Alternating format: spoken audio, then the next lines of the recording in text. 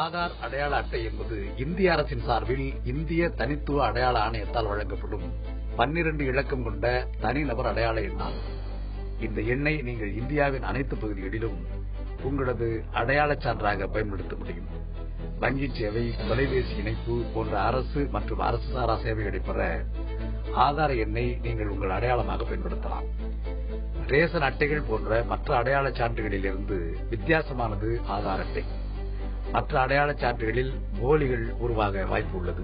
ஆனால் ஆதார் அடையாள அட்டையில் போலிகளை உருவாக்க முடியாது. காரணம், ஒருவருக்கு கொடுக்கப்படும் ஆதார் அடையாள எண் என்பது தனித்துவமானது, அந்த நபருக்கு மட்டுமே உரியது.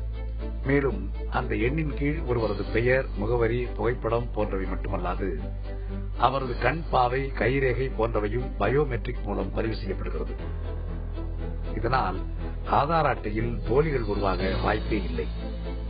இத்தகைய தனித்துவமான அடையாள எண்ணை நாட்டில் உள்ள அனைவருக்கும் வழங்க வேண்டும் என கடந்த 2009ஆம் ஆண்டு 15,000 கோடி ரூபாய் மதிப்பீட்டில் இந்த திட்டத்தை துவங்கியது.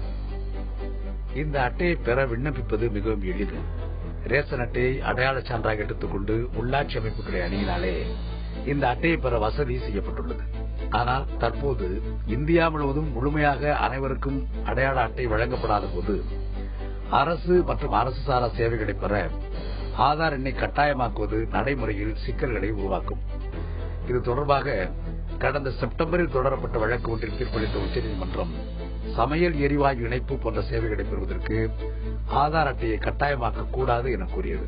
மேலும் இந்தியாவுக்குள் வேறு நாட்டிலிருந்து சட்டவிரோதமாக இடம்பெயர்ந்தவர்களுக்கு இந்த அட்டை வழங்கப்படவில்லை என்பதையும் அரசு உறுதி செய்திருக்கிறதா எனவும் உச்சநீதிமன்றம் கேள்வி எழுப்பியது. இந்த நிலையில் இது தொடர்பான வழக்கு மீண்டும் தற்போது விசாரணைக்கு வந்தபோது அரசு சேவைகளை பெற ஆதார் எண் கட்டாயம் என்ற அரசின் உத்தரவை திரும்பப் பெற வேண்டும் என கூறியுள்ளது.